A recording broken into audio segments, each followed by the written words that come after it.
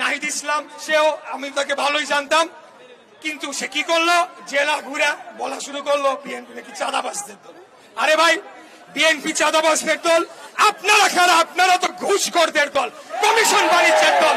আপনারা যত ধরনের সরকারি কেনাকাটায় দুর্নীতি অনিয়ম আছে সবকিছু করছেন, এবং প্রত্যেকটি মন্ত্রণালয়ে একটা করে কমিটি গঠন করে দেওয়া হয়েছে, এটা শুনেন আপনারা।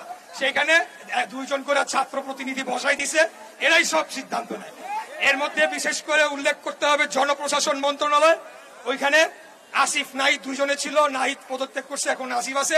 ওইখানে বসে বসে তারা কি করছে, স্বৈরাচারের খুনি হাসিনা সবচেয়ে কাছের সচিব গুলাকে তাদের পাশে এনে বসাচ্ছে।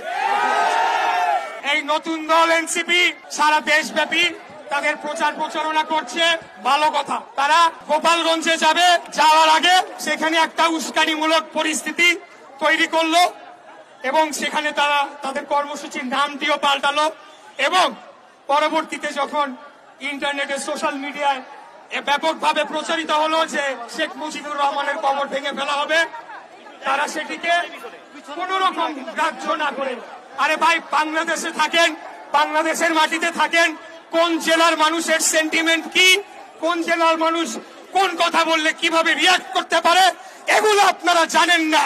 আপনারা রাজনীতি অনেক দূরের কথা, আপনাদেরকে প্রাইমারি স্কুলে পাঠায় দেওয়া দরকার।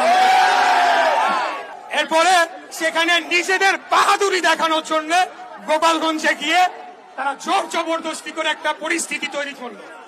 আপনারা মুজিববাদ হটাতে চান, বাংলাদেশে তো অনেক জায়গা আছে, ওইখানে গিয়ে কেন আপনাদেরকে গোলমাল সৃষ্টি করতে হবে, সেটাই আজকে জনমনে প্রশ্ন উঠেছে।